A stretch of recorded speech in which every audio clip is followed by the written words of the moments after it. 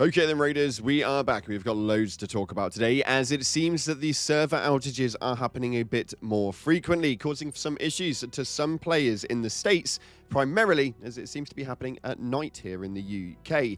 We've also got to take a look at exactly what it is that's happening over on Stella Montis, as spawn killing is reaching an all-time peak and causing problems for a lot of players going into the map. We've got to talk about a glitch that's been happening quite frequently on Stella Montis for you guys to watch out for, and something that you guys may not have known that you can actually do. If you haven't already, smash that beautiful like button and subscribe with post notifications turned on. It'd be greatly appreciated. Check out our incredible sponsor, GamerSupps, the company that offer esports athletes and gamers alike with the most effective and healthy energy drink option. And we've now got sugar-free tins available. Links in the description. Use code CLOUDPLAYS at checkout for a cheeky discount. And we're doing a giveaway here for the game. If you guys want a copy of the game, or if you've already got it and want Raider tokens, it's very simple. Head down to the comments and put in any coloured love heart and it'll enter you in. We'll be announcing that one later in the week. With that being said, let's dive into the game and see what's happening right now inside of Arc Raiders. So as it stands at this point in time, the game servers are absolutely fine, but overnight here in the UK around 2 a.m, mainly for state players in the US, we are seeing a lot of issues with regards to the server outages, with reports peaking substantially at around 2 a.m. UK time. The problem with this is that they have no idea as to what it is that's going on with it. It has happened a few times since launch, but not something overly worrying. If you guys have been affected by it, let me know via the comment section below. We're holding out for an announcement from Embark Studios. Hopefully there's got to be some sort of resolution for this to make sure that it doesn't keep happening. Moving on from that though, we've got to talk about Stella Montis, the new map that we've had inside of Arc Raiders, and it seems to be extremely fun. I've been enjoying it massively. Although it is quite close quarters, it does endorse a lot of PvP. Now that is absolutely fine, but we do have a bit of an issue on our hands.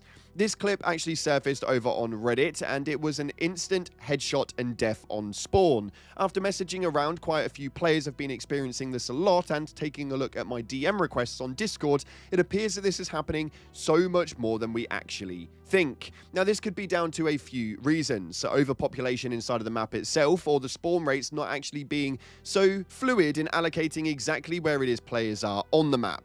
With the bigger, wider spread maps that are more out in the open, it's obviously a lot easier to avoid being taken out from spawn because, well, everything is so open. Inside of this map, you are in a building and it just collides straight through into the middle. Therefore, the biggest problem with this is that this is happening a fair amount. A massive shout out to this guy for the clip on it. It is definitely a shame, and I'm seeing this a lot more going around the internet, and I have reached out to Embark Studios myself personally to see exactly what it is that's going on with it, and if the devs are actually looking into the recent issues with spawn kills on Stella Montis. If and when we get a response from Embark Studios, I'll be sure to make sure that I pop that into a video, and hopefully we get some sort of response from that one. But until then, let me know via the comment section if you guys have been experiencing this issue and if it's something that you're seeing escalating quite quickly. Now, most people seem to think this is down to the player numbers on each server for Stella Montis. This post right here went up onto Reddit, and it states that they really need to reduce the player numbers of Stella Montis. I mean, what were they thinking? I'm all for a more PvP action-focused map, but putting player numbers designed for a kilometer-long map inside of a 200-meter meat grinder is ridiculous. Me and my duo killed 3 teams in a small room and lost to the 4th one that came in. Is this just a map for solo play? Just half the player numbers that can be present in this map, and it will become way better.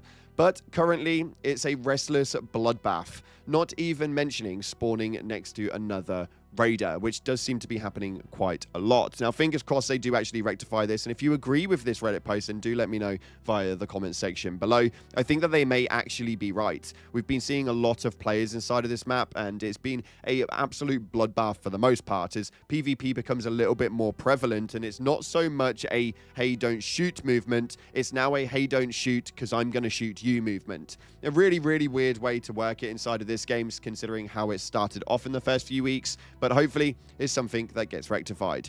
Another thing that does get rectified, though, is a bug including doorways right now. I have seen so many of these clips and had it happen to me a few times already, and some of my friends, but this is you getting stuck in a doorway. Whether you're falling or you bug into the side, it doesn't enable you to actually get out using the stuck mechanic. It's a bit of a nightmare, and it's caused for quite a lot of deaths and a lot of people losing their loot, which obviously isn't their fault. Hopefully we get some response coming from Embark with regards to that one as well. But let's put a positive spin on this one, because my lord, I did not know that you could do this, but this post went up onto Reddit also, and it states, did anyone else know that you could do this? And as you can see via the clip, you can actually shoot while falling. Now, there are not many locations inside of these games where you can actually do this. I think that Spaceport is probably the primary one that you can, by going up to the top of the tower and jumping down. But yes, you can actually shoot while falling from a great height. Quite an interesting one, and something that I would like to try out myself, although it's not likely I'll ever catch the zip line at the bottom. I've got an absolute klutz of a brain going on up here. But even with all of these issues, the game still just persists to be one of the top played games right now, one of the top watched games right now, as it seems to be hitting the peaks all over the board. Black Ops 7 actually released just a day ago and is still managing to top that, with player numbers on side of Steam alone just escalating and escalating and escalating, and it's still being on a higher watch list than Call of Duty Black Ops 7 over on Twitch. It's been an interesting time to see how it is that Embark have handled this new renowned fame with such a large title, and it does worry me that this could not be held for a longevity cycle. We'll have to wait and see exactly how it plays out, but I'm asking, are you guys still enjoying Arc Raiders? Let me know via the comments below. And finally, we took a look at our latest video where we can see that they gave us free cosmetics, a brand new map, and an array of new secrets with a brand new arc to go up against. And my lord, I'm still trying to find the best way to take out that shredder. Yeah, grenades are your friends, my dudes. Grenades are your friends. This first one right here states, one of the biggest tests of the game was to see how it handled launching between Battlefield and Black Ops 7. Is absolutely dominating.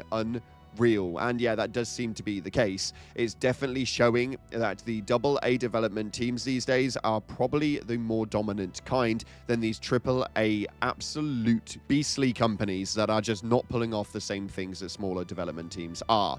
I think the proof's in the pudding in this one. A lot of AAA companies need to really rethink their narrative. This next one states, I was playing Battlefield 6, but this game keeps pulling me back. And again, it seems to be showing in the numbers. It just happens to be one of those games that comes in and just hits the right nerve at the right time. We have a lot of gaming periods where certain genres do excel and then they kind of dwindle off. Now, we've not had a decent extraction shooter show up since Tarkov, so it's really nice to see a game come in and just re-shine a light on a genre that once was a absolute dominator. And this final one states right here, the new map is brutal. Even without the players, the Arc robots are everywhere. Now, yes, if you guys are utilizing your trials to go ahead and try and take out those fireballs, my lord, they are everywhere. Absolutely everywhere. My thing would be to take an anvil, because that anvil is just dominating everything. Rock an anvil or an El Toro and you will be absolutely fine. Not so much with the flying enemies, they don't seem to be around all so much, but the destroy fireballs, ticks, and so much more are definitely dominating this map. So much so that it's got me in the ×2 promotion now, and I'm actually really enjoying utilizing the leaderboards inside of the trials feature. Let me know where you guys are at via the comment section. If that's all we've got time for today, though, it's been a really weird time for Arc Raiders in the last 24 hours with all new content launching left, right, and center, and we all know that it never exactly goes so smoothly when things like this happen. So it was bound to have a few hiccups, and hopefully the biggest telltale will be whether Embark can pull it back or not.